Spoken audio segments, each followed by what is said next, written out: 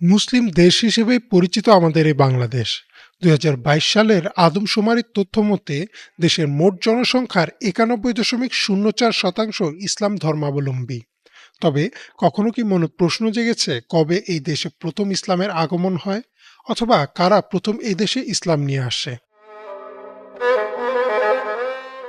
ধারণা করা হয় খ্রিস্টীয় সপ্তম থেকে দশম শতকে এই অঞ্চলে ইসলামের আগমন ঘটে। সে সময় এই অঞ্চলের নাম ছিল বঙ্গ বা বাংলা। সে সময় বঙ্গ বা বাংলা শুধুমাত্র বর্তমান বাংলাদেশের সীমানায় পরিবেষ্টিত ছিল না। ঐতিহাসিকদের মতে বঙ্গের আয়তন ছিল প্রায় ৮০,০০০ বর্গমাইল।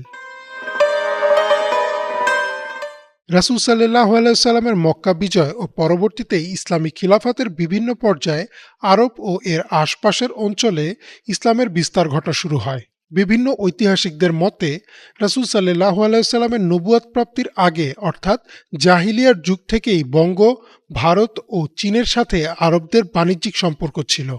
আরবে ইসলামের বিস্তার ঘটার পরে এই অঞ্চলের সাথে বাণিজ্য করা শুরু করে মুসলিম বণিকেরা। মূলত এই মুসলিম বণিকেরাই প্রথম এই অঞ্চলের মানুষের সাথে পরিচয় করান ইসলামের। সে সময়ে বাংলায় মূলত বৌদ্ধ ও সনাতন ধর্মাবলম্বীদের আধিপত্য ছিল। আরবের সাথে ভারতীয় অঞ্চলের বাণিজ্যিক সুসম্পর্ক বিভিন্ন ভূগোলবিদদের বর্ণনায় উঠে আসে। এমনকি রাসূল সাল্লাল্লাহু আলাইহি সাল্লাম ভারতীয় সুগন্ধি দ্রব্য উপহার হিসেবে পান বলেও প্রমাণ পাওয়া যায়। তবে ধারণা করা হয় রাসূল সাল্লাল্লাহু আলাইহি সাল্লামের পৃথিবী থেকে বিদায় নেয়ার ৮০ বছর পর ৭১২ খ্রিস্টাব্দে মুহাম্মদ ইবনে কাসিম সিন্ধু বিজয় করেন। এরপরই গোটা ভারতবর্ষে ইসলাম প্রচারের দরজা উন্মুক্ত হয় এবং বাংলায় একে একে আসতে থাকেন বহু সুফি সাধক ও ধর্মগুরু। এরই ধারাবাহিকতায় এই অঞ্চলে মাহমুদ ও মুহাইমিনের নেতৃত্বে একদল ধর্মপ্রচারক আসেন।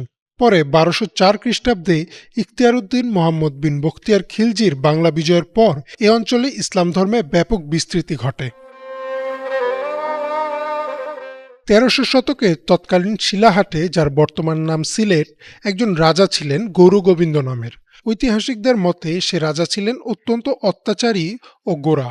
বলা হয় সে রাজা কালো জাদুর চর্চা করতেন এবং অন্য ধর্মের প্রতি, এমনকি হিন্দু ধর্মেরও বিভিন্ন বর্ণের উপর নির্যাতন চালাতেন। ঐতিহাসিক বর্ণনা অনুযায়ী সে সময় হবিগঞ্জ ও সিলেটের টলটিকার মহল্লায় মুসলিমদের বসতি গড়ে ওঠে।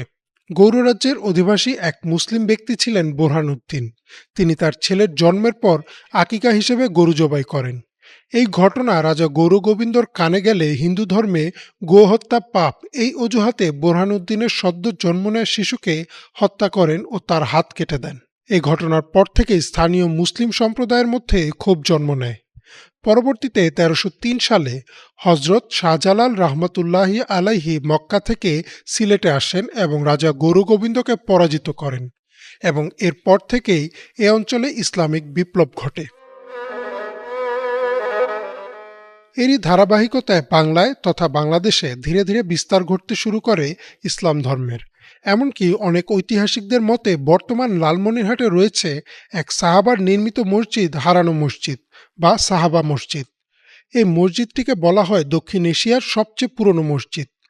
আর এভাবেই আমাদের এই বাংলাদেশে বিস্তার ঘটে ইসলাম ধর্মের।